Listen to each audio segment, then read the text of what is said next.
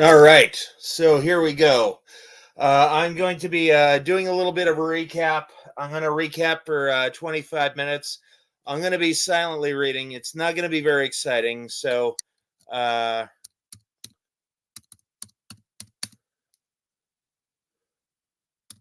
so I'm going to take 25 minutes and then a Q&A in 15 minutes. And then I'll get back into actual writing. So I'm just going to type this so everybody can see it. Recapping, this will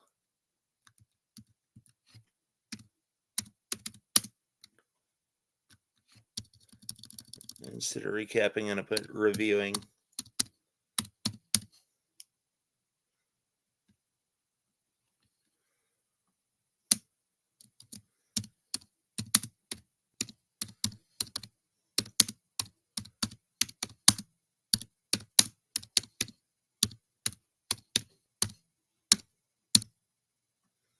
Okay, I'm going to put that right there. Going to show that. So here we go. I just gotta. I haven't looked at the script in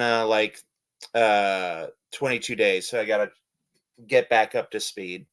So there you go. All right, gonna go there. Bam. All right.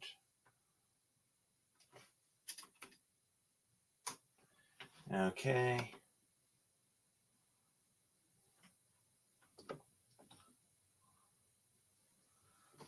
All right. Let's get back into this. Yeah.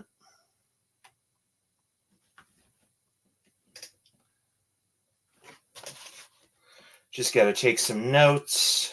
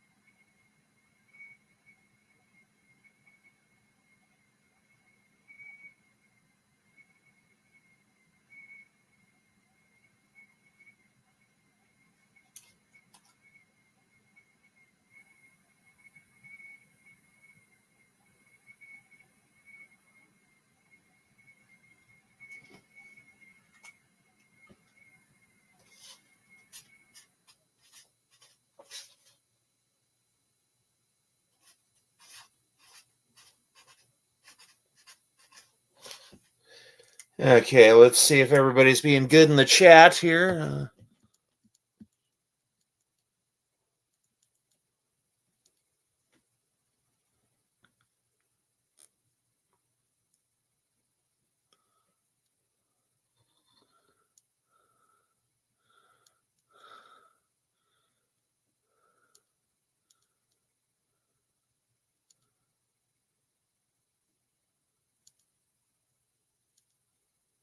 Okay, so time to get back to typing. Let me see here. Let me just.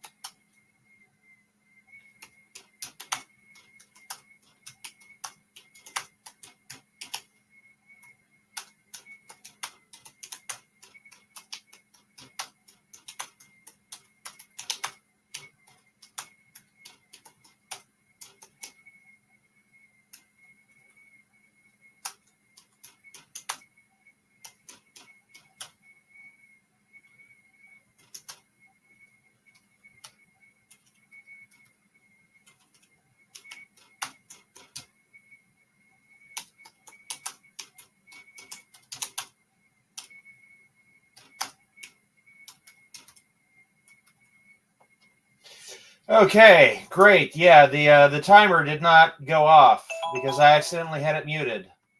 Damn it, son of a gun. All right. Well, here we go. Sorry about that. My damn computer keeps muting the frickin' thing. So here we go. Randy, let the words come to you, my friend. Okay. Has gusto, write an action movie, got first place to impress on Roadblocks. Cool. If I remember correctly, the screenplay is about a man who wins a bet of $1 million. Yeah, that's it. Kanye West may or may not appear. I might hire Kanye West. The character's name is Lazy, kind of like Jay-Z, but lazy. And he's got 3 tasks. It might not be 3 tasks, but it may be something. Let the keys words come to you. ARI scripts now. Fears do a karaoke live stream tonight. I want to hear the Cameo Man theme. You should get flashy lights and a nerd hall to add more effects like disco lights and stuff for wars. Yeah, dude, nerd hall. Yeah, and I think you're right. I think Fears needs to get some like party lights and disco lights, maybe some lasers. Get some lasers. That'd be cool. Because I know I go to karaoke all the time at this one karaoke joint, and this guy has like 4 lights with lasers on it and stuff like that. So that timer was trolling. Yes. How long did I go before I stopped? Oh, 30 minutes. That was about how long I wanted to go. Is there a Cameo Man light show? No, there should be. I might get some, not this month or not in October, but maybe sometime later. I do want to add more flair to the man cave. I'd like some rotating disco lights. Maybe a few tube lights. Get a nice one. Maybe put it like right here. Have blue right there, and maybe like a nice purple right there. I think that'd be good. I think that would have. There needs to be a Cameo Man theme song since you did one for Fears. There is a Cameo Man theme song. It's Cameo Man. It's Cameo Man. He makes a cameo whenever he can. He's Cameo Man. Now he's Cameo Man. How? This is the story of the Cameo Man. So it was a takeoff of the Superman theme. How did you feel about Fears Man cartoon changed to AI? Well, Joey, somebody said I didn't like it. I actually liked it a lot. Because if this works out, it's going to take like 5,000 pounds off my shoulders. Going to take like 5,000 pounds off. Because if he can get a full body shot of Fears Man flying, I can go into Canva and I can do an automatic background remover. And I could just have that AI Fears Man flying through the frame. So I think this AI is it's gonna lighten my load considerably. AI might actually be the Slave-O-Matic 10,000. So yeah, that's pro. Yeah. So yeah. So I would like to get that taken off my shoulders, if at all possible. I would love that. And I think there's even a setting somewhere where we can like key out our mouths and put our mouths onto the AI character.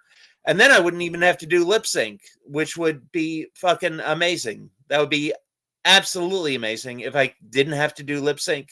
Because here's the thing, and I've said this before and I'll say it again. Lip sync is very, very easy, but it is very, very tedious. Now, to give you an idea of what lip sync is like, lip sync is like writing your name on a chalkboard like 500 times. It's easy, but it's very labor intensive and it's very, very tedious. That's what lip sync is like. I don't like. That's why all my videos take as long as they take, because lip sync is just painful drudgery, skullduggery. So yeah. There seems to be a glitch that always keeps making AI generations so shit. Cameo Man, just an idea. I wonder if an AI can make a good Amy Jo Johnson sitcom or movie. Yeah, that'd be interesting. I'd like to check that out maybe. We'll see. I'll mess around with it. We may do a test run of the AI Fearsman. Again, if we can key out my mouth, and if we can key out Fierce's mouth, and just have like footage, and I just have to paste the footage onto the to the figure, that'll save me so much time. And I don't know if Fears tried this or not, but you can do just backgrounds, and you can tell the AI to have just like background green screen. So you could have the background of St. Louis with that little triangular building in the background, and then you could have a green screen Fearsman, and you could green screen out the AI, and it would be, it'd be like a Fearsman flying through. So I think that would be that's a good idea. And again, I've actually been praying for stuff to lighten my load, and there's actually been a ton of things lately that have really lightened my load, and I thank God for that, because there's just tons of stuff that's coming out now that's making my life a lot easier. Motion graphics is being a lot easier. I got the new version of DaVinci Resolve. I got DaVinci Resolve 19 right now. There is editing tools and motion graphic tools out the yin yang.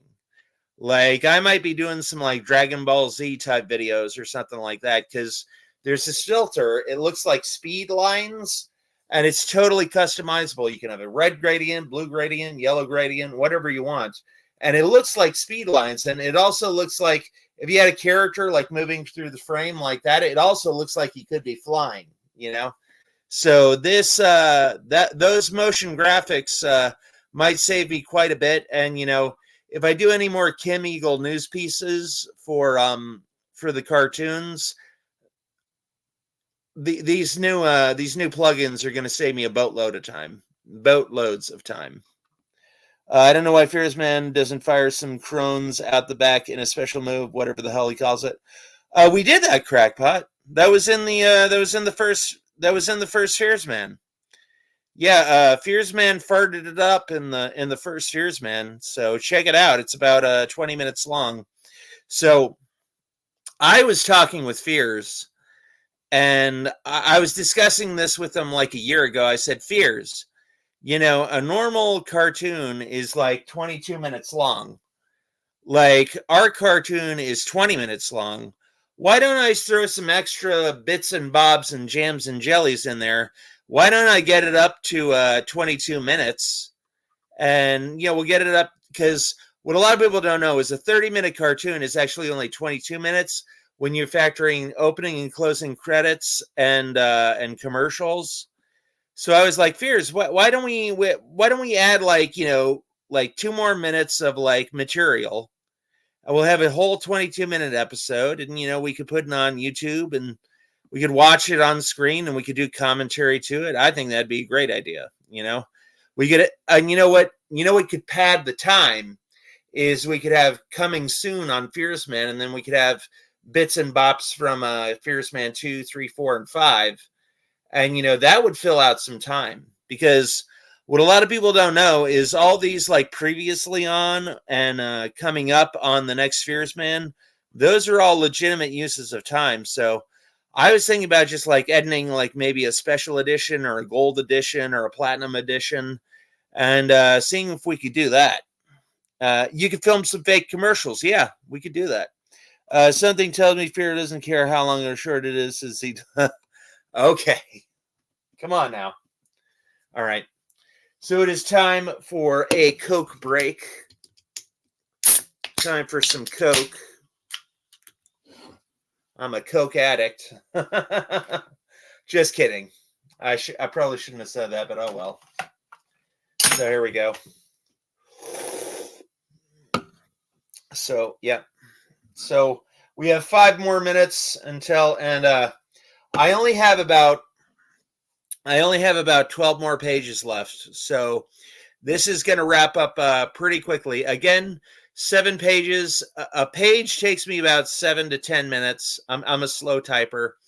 And let's see, there's 12 pages. So that would be around 12 times 7 is that. Let's see what's 12 times 7. It's 70 something. No, Hold on. Wait. I'm going to look here.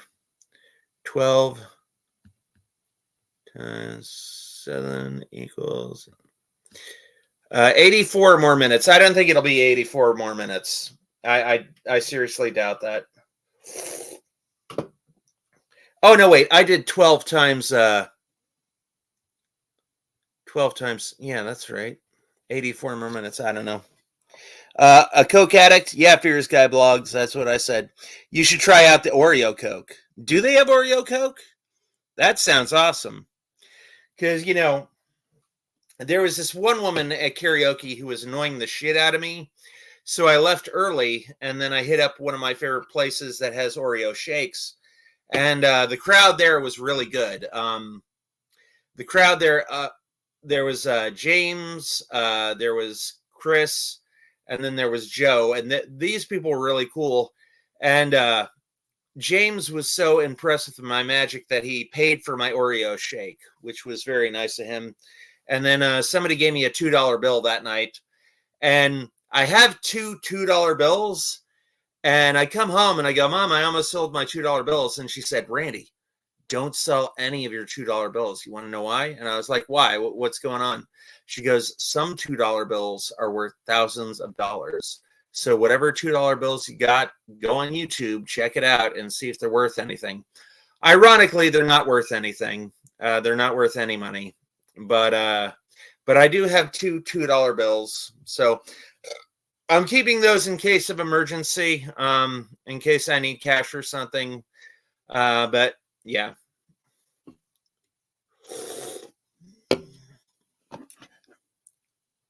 Was it a female Yakov variant? We're always ruining things. If you like Pop Rocks, you should try Coke flavor Oreos. I do like Pop Rocks. Pop Rocks were the shit. Are Pop Rocks still a thing? Do they still sell them? Do you have to order them online or something? I love the hell out of Pop Rocks. I love that shit. Howdy, other fears. They're worth $2 a piece. Finally caught Randy live. Fears Guy. So, yeah, let me know if Pop Rocks are still a thing. And if you can buy them on Amazon, I'll get some. And if there's an Oreo Coke, I will try out the Oreo Coke. So, yeah, there you go.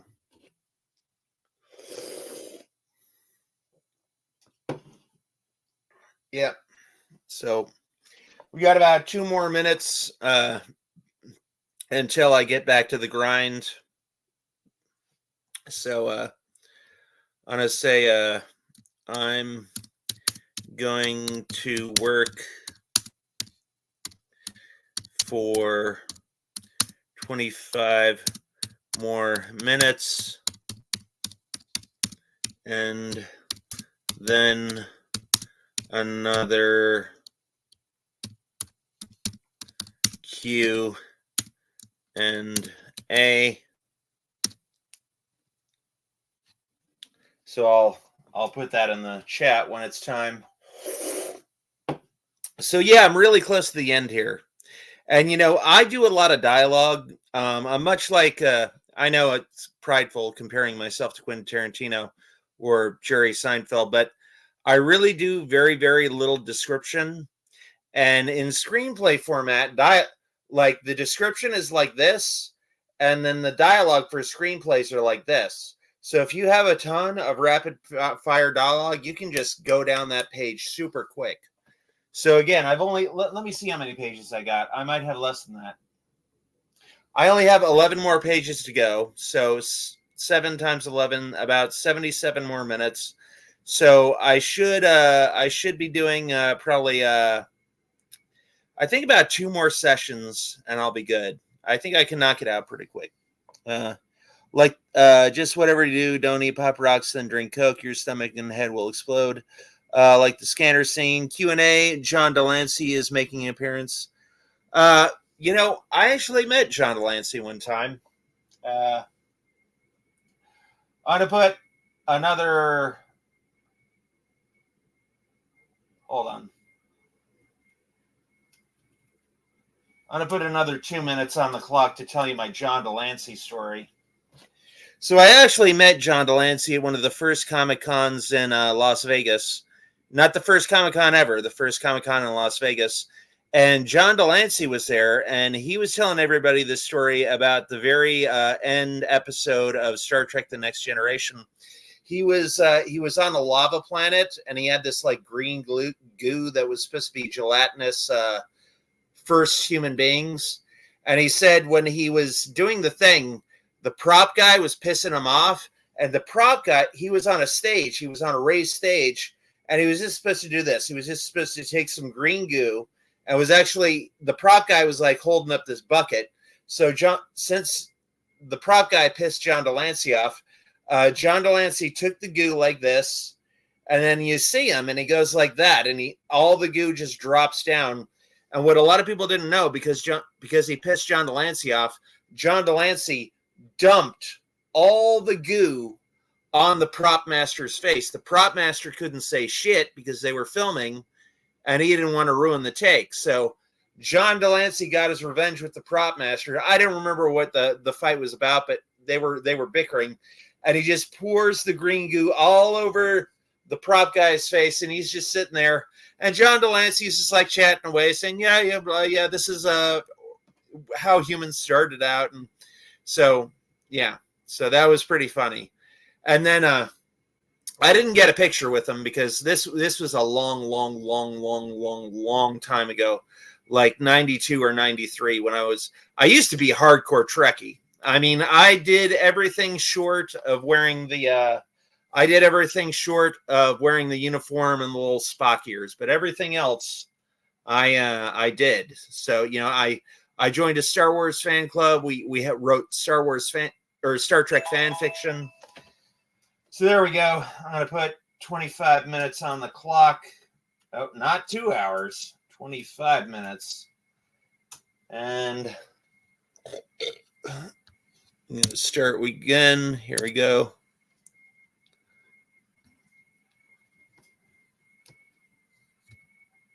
Okay, so I'm going to pop this up and back to work.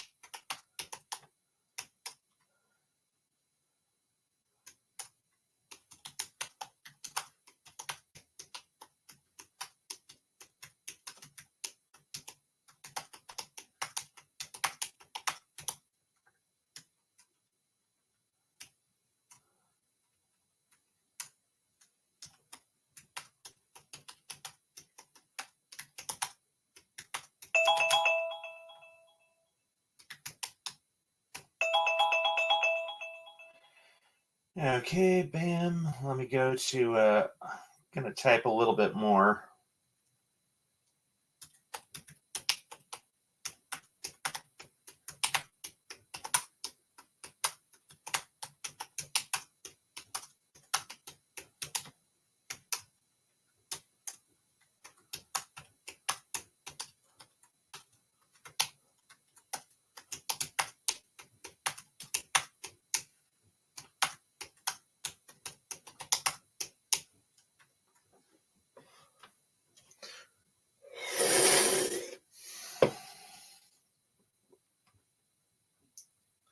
Okay, so let me put 15 minutes on the timer here. Back to the Q&A. Bam. All right.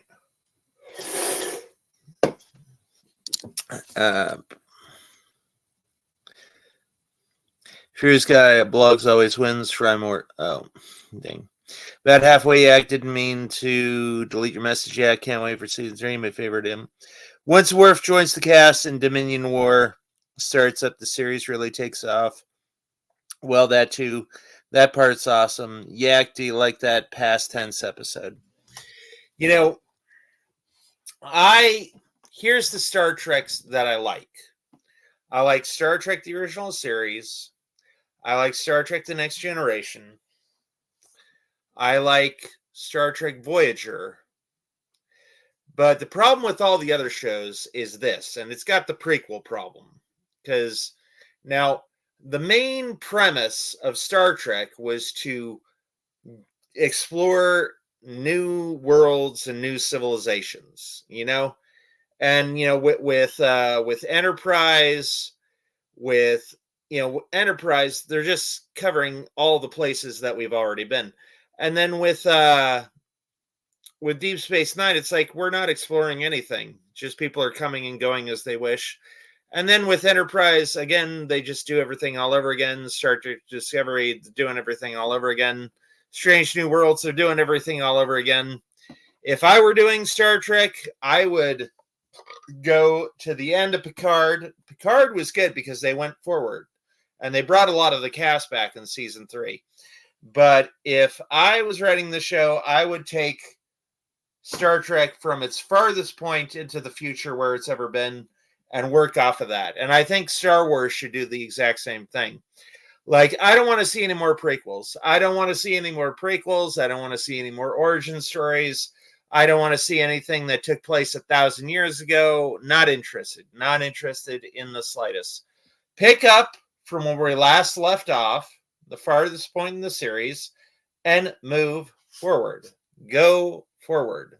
I don't like all this prequel bullshit, because here's the problem with prequels. Here is the inherent problem with prequels. The inherent problem with prequels is we already know how everything turns out. We already know Anakin is going to do what he's going to do, and Padme is going to do what she's going to do, and Anakin's going to turn into Vader, and Emperor Palpatine's going to turn into Emperor Palpatine, and Obi-Wan's going to survive. It's like there's no stakes, there's no suspense if we already know how the thing is going to turn out. There's no suspense. So again, with Star Wars and Star Trek, I think they should start from the farthest point they've gotten the series and then keep going on. Keep going on. Beating on the keyboard is lit. With Deep Space Nine, I'd say they do explore new things. They explore the trauma of a genocide and resistance. They also explore the trauma of a large-scale war. That was good. I like Fears. Also predicted the pandemic. Oh, cool. Master She-Hulk. Yeah, right. Deep Space Nine is way more of a character study dealing with the effects of war. Now, here's one thing that I thought was super cool about Star Trek The Next Generation and Deep Space Nine. They had a holodeck. So that holodeck is practically an unlimited fountain of stories. Like with the holodeck, you can do practically anything you want to do. You could go back to medieval times. You could go back to caveman times. You could go into Rick and Morty world. You could, go to the Klingon homeworld. You could, have like a Yeah, there's so many things that you could do with the holodeck.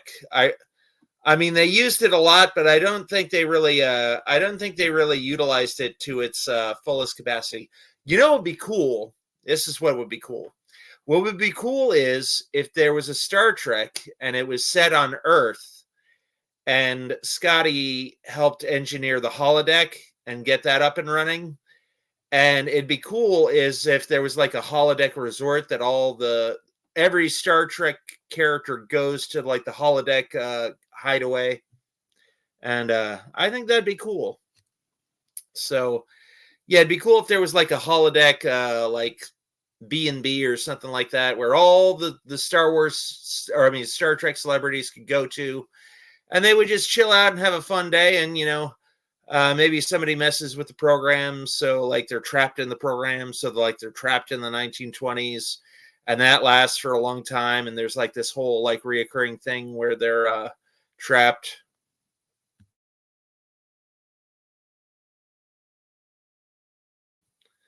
All right, so yeah, I think there's a lot of untapped potential with the holodeck. I mean, they used it in Star Trek: The Next Generation.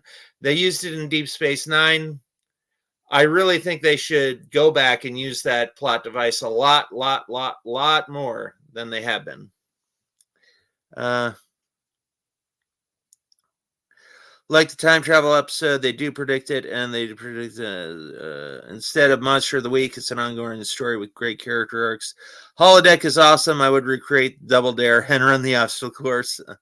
I like the Tom Paris holodos. Kilos is 50 sci-fi, yeah. Captain Proton, yeah.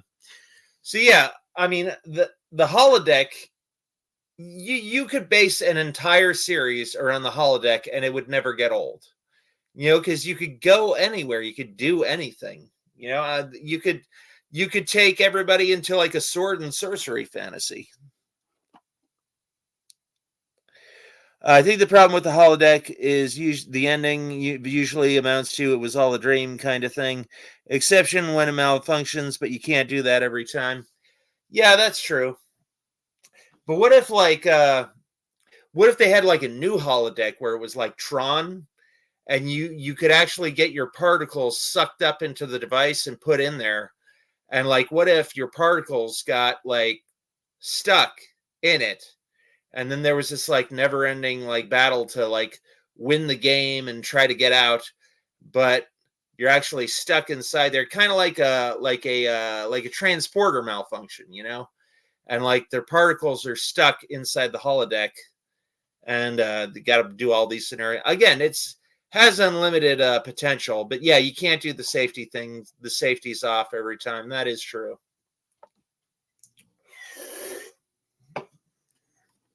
The holodeck isn't real, so there's no real stakes. Yeah. 7 more minutes and 30 seconds until actually I'm really close to ending. I'm really close. I've only got 6 more pages to go. I'm really close to the ending. And again, tomorrow I'm going to do a little bit of editing, and I don't mean video editing. I mean, I'm going to edit this script a little bit, work on it, tweak it a little bit, and tomorrow I will read it.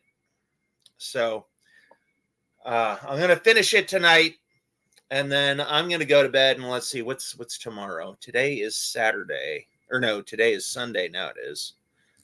All right. Today is Sunday. So I'll either read it tomorrow night, or I'll either read it Sunday night, or I'll read it Monday really late, sometime around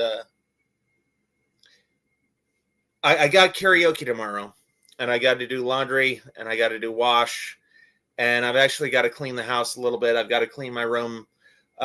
We've been cleaning up the house. That's one thing that's been taking up a lot of my time. We've been cleaning up the house a lot so we can have guests over. My mom wants to bring some of her friends over. So we've been getting this house into tip-top, ship-shape condition. There's still a lot of cleaning left to do. My mom wants me to clean the living room and the dining room and do all that. So she wants to bring some friends home from karaoke and just, have a party and do that. So I'll either do it tomorrow, Sunday night, or I will do it Tuesday at around 2 a.m. to 2:30 a.m. in the morning. So, yeah. There's a show called Section 31 in development. It's a great idea, but I'm not confident in the direction the new Trek is going, so I doubt that it'll be good.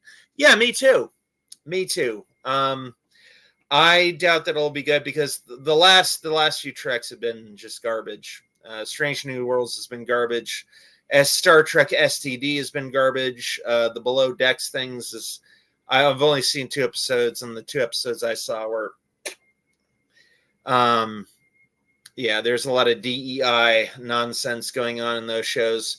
I was actually watching a video and I thought, oh, this is like a Star Trek parody. This isn't from the show. This is a parody that somebody did of the show, like Klingons dancing, doing a big musical dance number. And then I found out, oh no, it's the show. They actually did a dance number in the show, and I'm like, shit. So, in development, Star Trek STD. Yeah, Star Trek Discovery, Joey. Star Trek Discovery. Which is a dumb, stupid ass title. I would not name a show Star Trek Discovery. I mean, didn't they run the acronyms by like marketing or something? Like, we got a show, we're gonna call it Star Trek Discovery. You mean Star Trek STD? Oh, yeah. Well, what if we call it Star Trek Heavens Invaders version? Oh, we're going to call it Star Trek HIV? Yeah, that's better. That's great. Yeah. I mean, somebody, a lot of these decisions that studios make and the product turns out terrible, if it hits your TV, that means if you're watching a show that has actually been made, that means a lot of these decisions, these horrible decisions like Klingon dance numbers or freaking people being upstaged by other people and Mary Sue's and all that.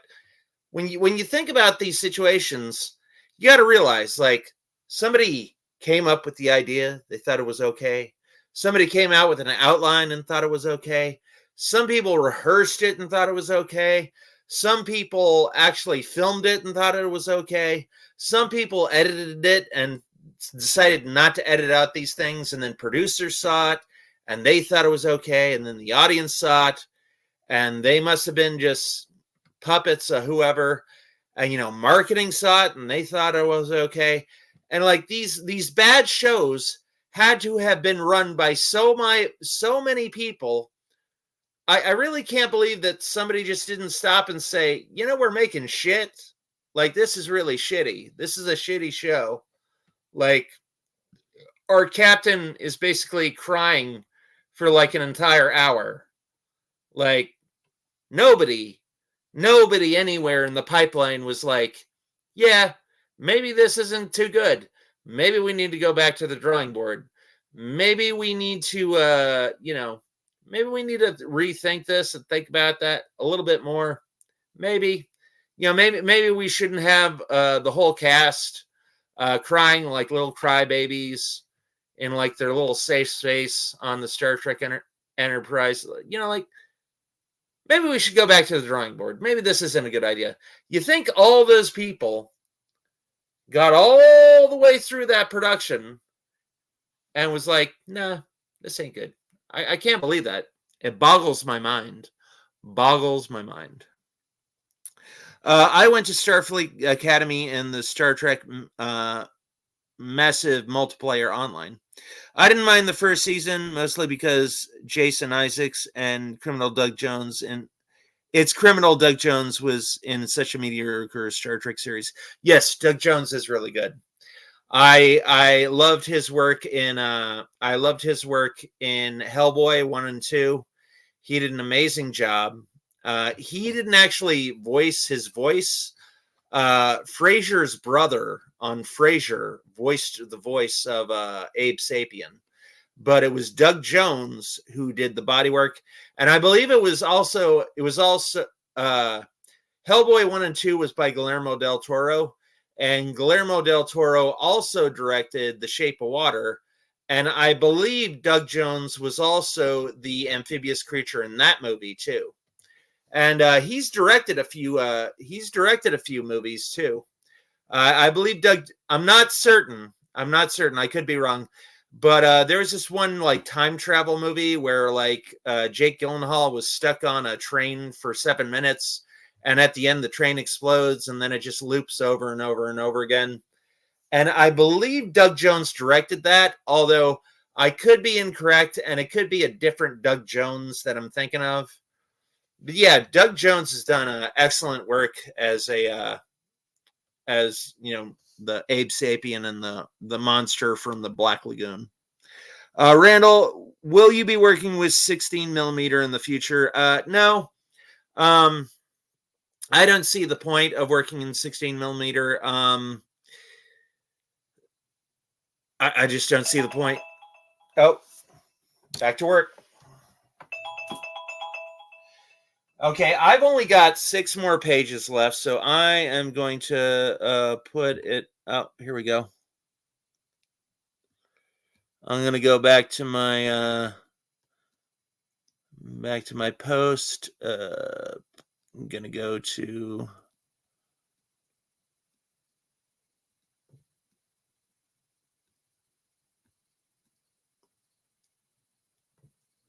where'd my post go?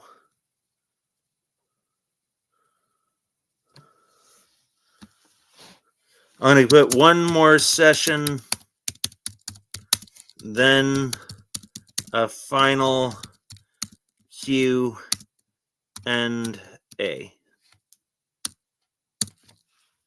I'd put that right there. All right. So I'm going to put 25 more minutes on the timer. I'm going to Google timer. 25 minutes. Bam. Tap to unmute. That fucking unmute. Son of a bitch. I hate it. All right, here we go. So this is the final 6 pages. Again, it should take me a very short time. So here we go.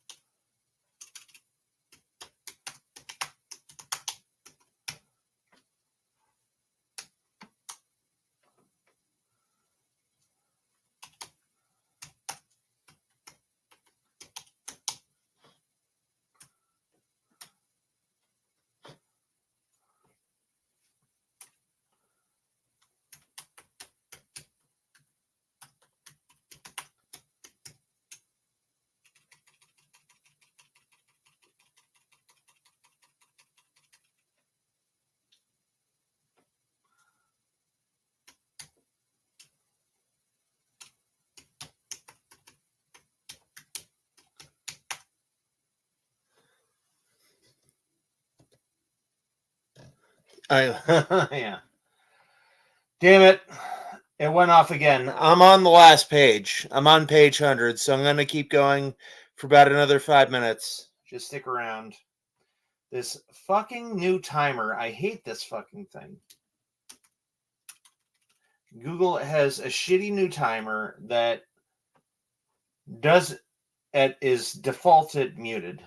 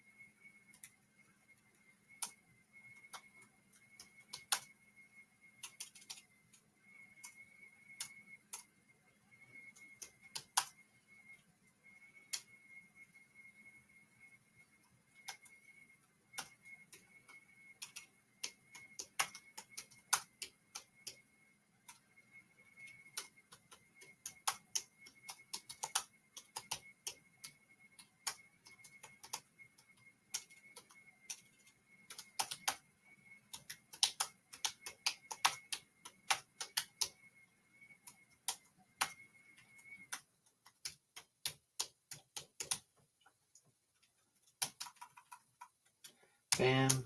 And save. Save project. Save project. Save project. Bam. And bam. Okay, I'm done. Finished it. Wrapped that motherfucker up with a bow. Again, I'll probably read it sometime Sunday night or Tuesday, around midnight Monday, or like 1 to 3 a.m. on Tuesday. So there we go.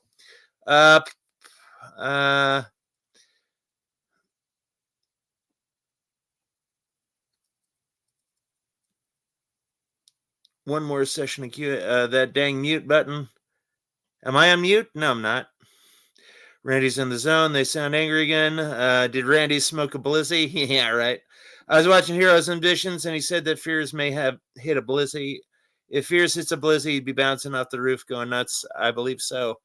I will never touch a blizzy. I did it once in college, and it did nothing for me. I will skip with vodka and coffee. Maybe it was tobacco if it didn't do anything. Randy has terrific posture, 10 out of 10. Fears, have you written any side stories of you and Cameraman? Maybe at the top 10 from the top 10 of the year. Lists are coming out. So there we go.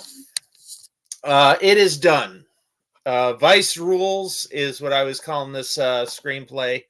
And now I am done and done. So there we go. I finished it. That's the last part. Tomorrow on Sunday, I'm going to do a little bit of editing. I'm going to edit it, clean it up, make sure there's no typographical or story errors. Sometimes I put night when I should have put day and vice versa. But yeah, there we go. It's done. And there we go. Nice Cough says, proud of you. And I am proud of you, Yakov. Thank you for being so nice. I appreciate it. Fears Vlog says lots of stories are coming in for. So thank you to Nice Cough. Thanks you to Fears Vlogs. Thank you to Mr. Lantern. Thank you to Little Seizures. Shout out to Walter White. Shout out to Joey092. Shout out to Quattro. Everybody was really good. I wish every single day could be just like this day. So there we go. So my name's Randy Brown. I do the card tricks, but you all bring the magic. That is the end, and I will talk to you later. All right, bye.